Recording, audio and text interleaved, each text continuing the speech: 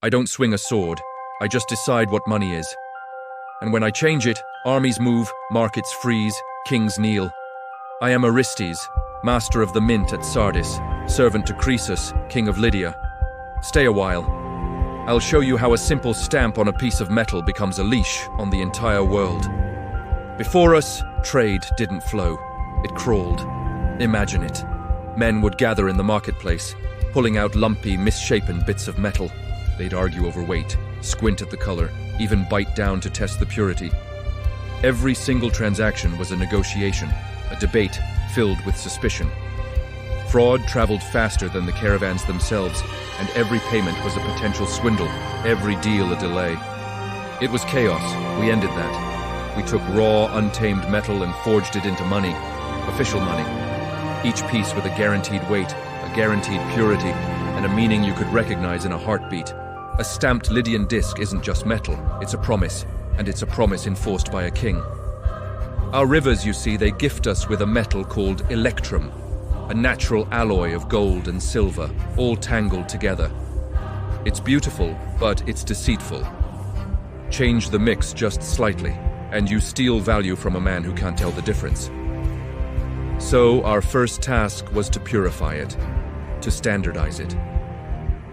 Then we struck it with the mark of the king, the lion and the bull. With that single, forceful stamp, value stops drifting. It becomes fixed. The coin speaks for the king, even when his soldiers are leagues away. A merchant in a foreign port may not know your face, but he knows our mark, and he accepts our coin without a second thought. That is the first secret of money. If the stamp is trusted, the metal has no choice but to obey the stamp. King Croesus rules this land with 3 powerful levers. He taxes in coin, he pays in coin, and he punishes in coin. It's a perfect system. By demanding taxes be paid only in our currency, he instantly creates a powerful demand for it. Every market suddenly needs our money. Then he pays his soldiers' wages with it, spreading its acceptance far and wide. And for those who refuse it, fines are levied, and the penalty is always priced in our coin. A simple symbol becomes an inescapable system. Step inside the mint.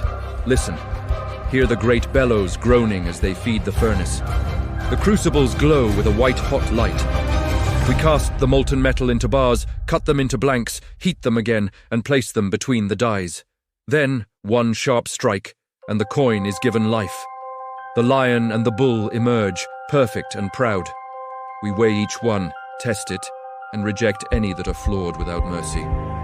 Every coin that passes from my hand has the power to buy a helmet, a spear, or another heartbeat in a soldier's throat.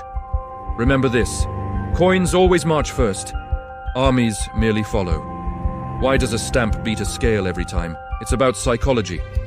A man who has to weigh metal must argue, but a man who simply recognizes a stamp can just trade. Recognition creates speed. Speed fuels trade, and trade generates tax revenue for the king. Once our stamps conquered the scales in the marketplace, the mint became the metronome for the entire economy. If I change the die, alter the weight, or adjust the flow of new coins, I can watch prices, wages, and even public tempers move in response. I don't need to visit every market to rule it. I just need to change what counts as money. Now, you want to know about the part people only whisper about. Yes, I can ruin a rival city without a single soldier crossing their border. When their ships return to port, heavy with cargo, we can flood the region with our coins, perfectly made, plentiful, and irresistible. As the money supply swells, prices skyrocket. Debtors suddenly find they can't repay what they owe. Contracts snap under the strain. Or we can do the opposite. We can starve them. We tighten the issuance of new coins, call in taxes early, and pay our own soldiers in goods instead of currency. Their markets wither.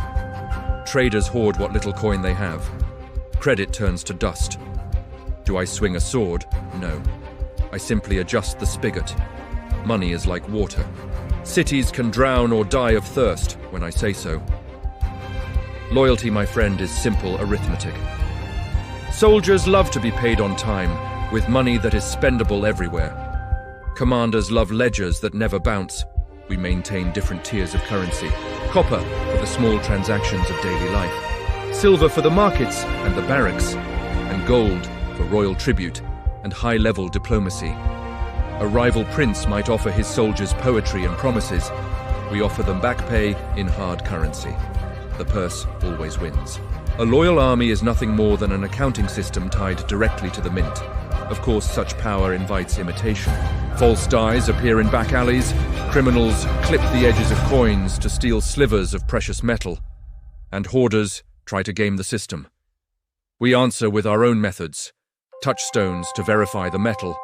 Test cuts to expose fakes. Gravity checks. And of course, public theatre. We melt counterfeit coins in the town square for all to see. Clippers are jailed, and the careless are fined. Fear is a wonderful tool for polishing trust. A coin that survives our intense suspicion is a coin that will safely survive in your purse. But electrum, with its mixed nature, is only a beginning. Ambiguity breeds mischief. So now, we are beginning to separate the metals. Pure gold for the courts of kings, pure silver for the life of the city and the pay of soldiers. Two clear voices, but with one single authority behind them. Gold whispers in the corridors of palaces. Silver speaks loudly in the marketplace. A coin is a language, and we are the ones who decide its grammar.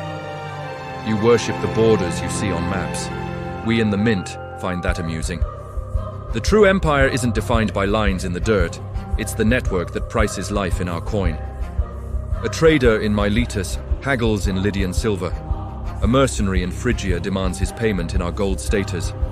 A caravan master in Cappadocia trusts our stamp as if it were a passport. Show me the coin your market cannot refuse, and I will show you your true master.